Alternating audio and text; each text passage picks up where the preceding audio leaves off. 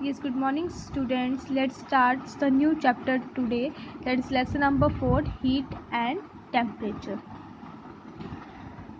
Now why are days hotter than the nights? आपने देखा होगा कि दिन जो है वो गर्म होते हैं as compared to nights. ऐसा क्यों होता है? It is because अब दिन में क्या होता है, अर्थ का वो पार्ट जो डे को जहाँ पे दिन होता है, ठीक है, वो क्या करता है, सन को फेस करता है, इसी और वो पार्ट जहाँ पे जो सन को फेस नहीं करता वहाँ पे क्या होती है, नाइट होती है. और अगेन दिस इज़ बिकॉज क्योंकि सन हमें क्या देता है, हीट एंड लाइट देता है. अब जैसे चाय का कप है, ठीक है, वो क्या है, पीने में गर्म होता है क्योंकि वो अभी अभी कैसे बनाता है, हीट करके, ठीक है. और अगर आप जैसे रेफ्रिजरेटर में अब आप कोई बाउल रखते हो पुडिंग का, ठीक है, तो वो क्या हो जाता है, दैट बिकम्स कोल्ड. तो आप इन वर्ड्स के बारे में तो जानते होंगे, हॉट एंड कोल्ड, ठीक है.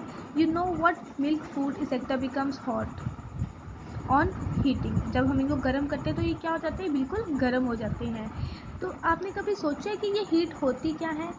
अब इस चैप्टर में हम क्या करेंगे, हीट के ही फीचर्स और बिहेवियर के बारे में स्टडी करेंगे, ठीक है.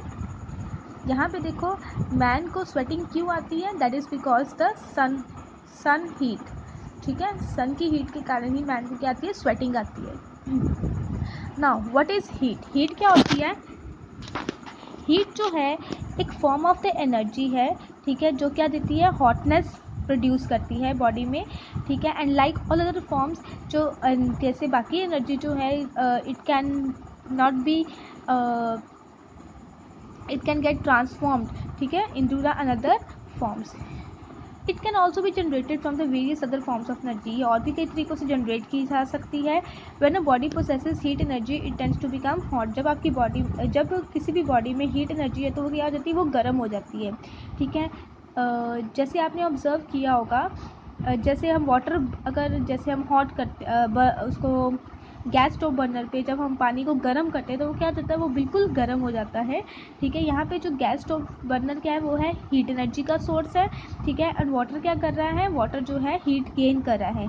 ऑन द अदर हैंड, दूसरे हैंड में क्या होता है, body loses the heat energy, it become, जब कोई बॉडी जो है हीट एनर्जी को लूज़ करती है तो वो क्या हो जाती है, वो ठंडी हो जाती है, कोल्ड हो जाती है. ना the transformation of the heat energy, heat energy कैसे ट्रांसफॉर्म होती है, तो यहाँ पे बहुत सारी एग्जांपल है जिसमें आपको ये पता लगता है कि जो हीट एनर्जी है वो ट्रांसफ़र होती है. जैसे कि थर्मल पावर स्टेशंस हैं, वहाँ पे क्या होता है, हीट एनर्जी जो है इलेक्ट्रिकल एनर्जी में चेंज हो जाती है. स्टीम इंजन्स है, वहाँ पे क्या होता है, हीट एनर्जी जो है मैकेनिकल एनर्जी में ट्रांसफ़र हो जाती है, ठीक है. अब जैसे घर में गीज़र्स लगे होते हैं, उसमें क्या होता है, उसमें भी इलेक्ट्रिकल एनर्जी जो है वो हीट एनर्जी में कन्वर्ट हो जाती है. अब इलेक्ट्रिक बल्ब चलाते हैं, वहाँ पे क्या होता है, इलेक्ट्रिकल एनर्जी जो है हीट एनर्जी में कन्वर्ट हो जाती है, ठीक है. और फिर जो हीट एनर्जी है वो लाइट एनर्जी में कन्वर्ट होती है. अब आप अपने जब हाथों को रगड़ते हो तो क्या होता है, आपके हाथ गर्म हो जाते हैं, तो यहाँ पे क्या हुआ, मैकेनिकल एनर्जी जो है वो हीट एनर्जी में कन्वर्ट हो गई, ठीक है. अब न्यूक्लियर पावर प्लांट है, यहाँ पे क्या होता है, न्यूक्लियर एनर्जी जो है वो हीट एनर्जी में कन्वर्ट होती है और फिर वो इलेक्ट्रिकल एनर्जी में कन्वर्ट हो जाती है. यहाँ पे आपको टू पिक्चर्स दिखाई हुई हैं जहाँ पे आप इलेक्ट्रिकल एनर्जी जो वो हीट एनर्जी में कन्वर्ट हो रही है, ठीक है. सबसे बेस्ट एग्जांपल है हीटर हो गया, ठीक है. उसके बाद है कहते, और जो फर्स्ट स्टीम इंजन बना था जो कि जेम्स वॉट ने इन्वेंट किया था, वो इसका प्रिंसिपल यही था कि जो हीट एनर्जी है वो मैकेनिकल एनर्जी में कन्वर्ट हो जाती है. अब कहते हैं, अगर आप अपने आसपास अगर आप ध्यान से देखोगे तो ऐसे आपको बहुत सारे फिनोमिना मिलेंगे जहाँ पे हीट एनर्जी जो वो ट्रांसफॉर्म होती है. Now how to determine the hotness. अब आपको कैसे पता लगेगा कि कोई चीज़ गर्म है, ठीक है, उसका टेम्परेचर ज़्यादा है, तो आप बोलोगे कि उसको टच करने से या उसको फील करने से. चलो अब देखते हैं, आगे एक एक्टिविटी दी हुई है, ठीक है, जिससे आपको ये पता लगेगा कि आप टचिंग या फीलिंग जो है वो कितना हम उस पर रिलाई कर सकते हैं, कितना आप उस पर बिलीव कर सकते हो. तो आपको करना क्या है, इसमें आपको 3 बाउल्स लेने हैं, A B C, ठीक है. एक में आपको A बाउल में आपको लेना है बिल्कुल कोल्ड वाटर, ठीक है. B में लेना है आपको बेयरेबल, जितना आप पानी गर्म बर्दाश्त कर सको इतना हॉट वाटर लेना है, ठीक है. और C में लेना है ल्यूक वार्म वाटर, मतलब गुनगुना पानी लेना है. अब आप क्या करोगे, एक तो बिल्कुल हॉट वाटर में और एक कोल्ड वाटर में आपको अपने हैंड्स डिप करने हैं, ठीक है. थोड़ी देर आपको अपने इन बाउल में रखना है, फिर आपने इन दोनों बाउल में से अपने हैंड निकाल के दोनों हैंड्स आपने सी में डालने हैं. तो क्या आपको दोनों हैंड्स में सेम फीलिंग आएगी, सेम फील होगा हॉटनेस या फिर कोल्डनेस?